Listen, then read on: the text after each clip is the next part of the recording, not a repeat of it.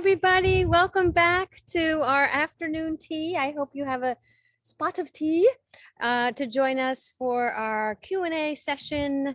Everything you want to ask regarding outdoor classrooms. So it's an absolutely gorgeous day here in Massachusetts.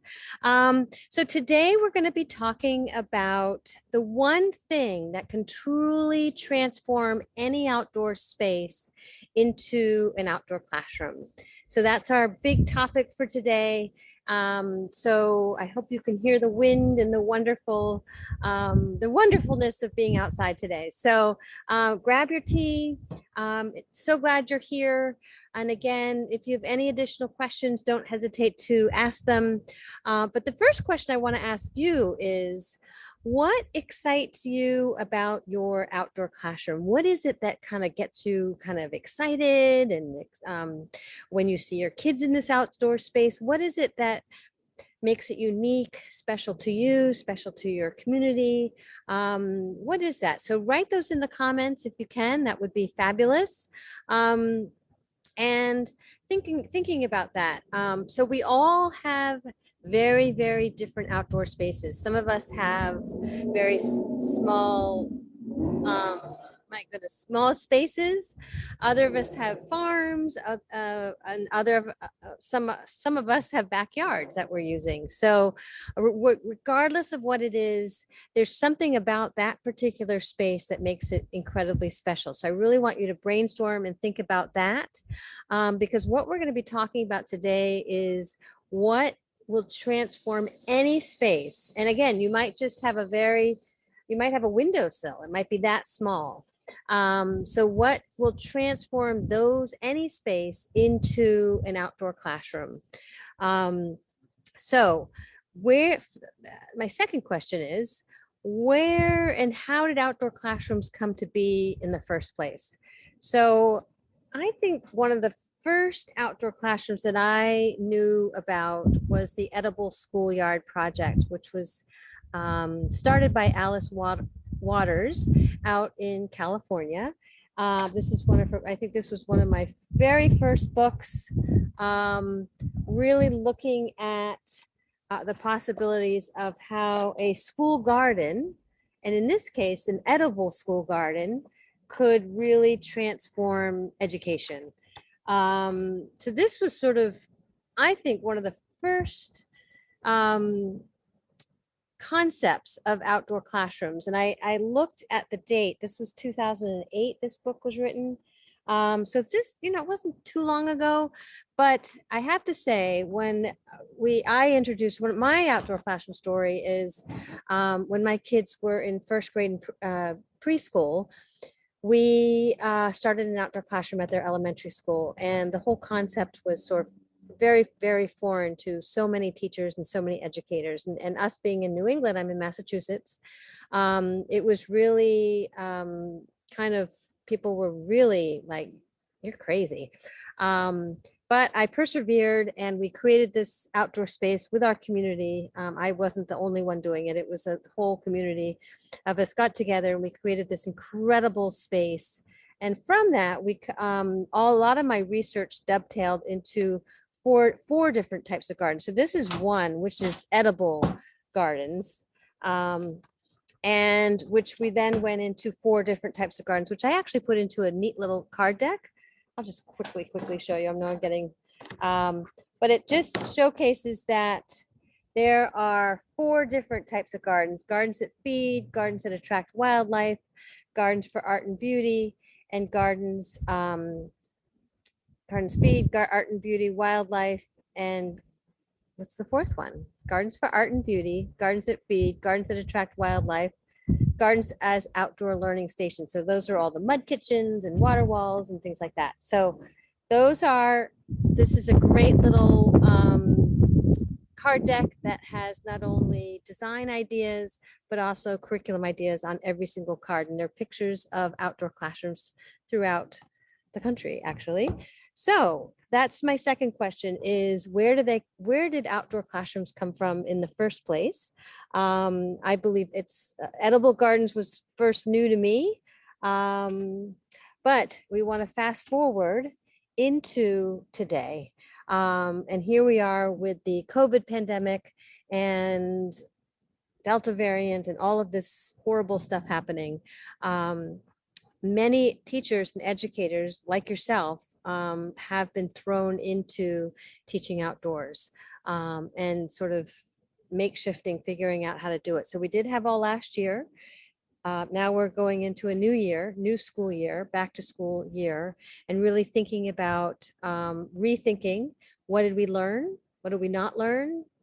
How can we make it better? Can we still stay outside? Yes, I hope that we are continuing to stay outside and learning from that. So a lot of our folks in our circle membership, which is wonderful, our outdoor classrooms membership has really showcased that in their outdoor spaces that they have shown kind of the one thing that I pulled out from a lot of the resources. Let me backtrack a little bit. So the pandemic hit, and what we needed to do was to provide teachers for some very quick resources. And what we did here at Outdoor-Classrooms.com was to create the 5 phases of teaching outdoors. And that really helped teachers figure out where they are in each of the phases. So the 5 phases are the infrastructure. So that's the infrastructure. We'll talk a little bit about we're going to pull one thing out of that infrastructure that will transform your outdoor space from nothing to an outdoor classroom. We talk about getting outdoors. So how to make that transition possible, quick and easy through all the seasons. The third one is teaching and learning outdoors and all the elements of what that entails. The fourth one is weather, dealing with all different types of weathers and trying to stay outdoors throughout the seasons. And the 5th phase is sustainability. So I want to ask you, what phase do you think you're in? Our outdoor teaching boot camp has a wonderful survey that will enable you to actually pinpoint exactly where you fit in that in those phases and the different elements that go into each of those phases. But today we're going to pull out one element from the infrastructure phase that I believe, and if you may have heard this before, if you have followed me for a while, but if you haven't, it might be new. But I believe it's the one thing that can transform any outdoor space into an outdoor classroom. But before I tell you what it is, I want to ask you about first, what gets you excited about your outdoor space, and what's your outdoor classroom story? What is it about your outdoor space that tells a story? When you have someone come into your space, does your outdoor classroom have a name? Does it do people who enter your space know where to go once they've entered the space? Is there a place where people can sit? Do people know where to sit where, or is it sort of a free-for-all? What is it about that space that tells that story? What is the message that you want to send to any visitor coming to your outdoor space? So this is where we're getting at in terms of the one thing that you can do. And one of the things that you can do is create signs. Okay, so that's it. So these are some wonderful signs that I cannot wait to put up around my outdoor space, because we are starting up our Secret Gardens preschool programs live in person in our outdoor classrooms here. But creating all different types of signs for your outdoor space will transform it into an outdoor classroom. So you can have an outdoor space, you can have kids come visiting, you can have kids bring their books and whatnot and do their lessons outdoors. But what really makes it an outdoor classrooms is adding sort of outdoor learning stations and identifying them with a variety of different signs. So that is your tip for today. And please let me know if you have any additional questions. We will be having, I am so excited about the upcoming months and our back to school specials that are going to be unraveling and showcasing. So make a note in your calendar. It's October 7th. We will be rolling out I'm just going to be looking at the calendar here. No, it's not 7th. It's October 4th. 4th, that Monday. October 4th, we're going to be doing a 5-day challenge, which will give you a sneak peek into our outdoor teaching boot camp. And this year, I'm going to be teaching the outdoor teaching boot camp live. So many of you have maybe taken it. I had one core group that went through it live. It was so phenomenal that I'm going to start doing a kickoff back to school live boot camp.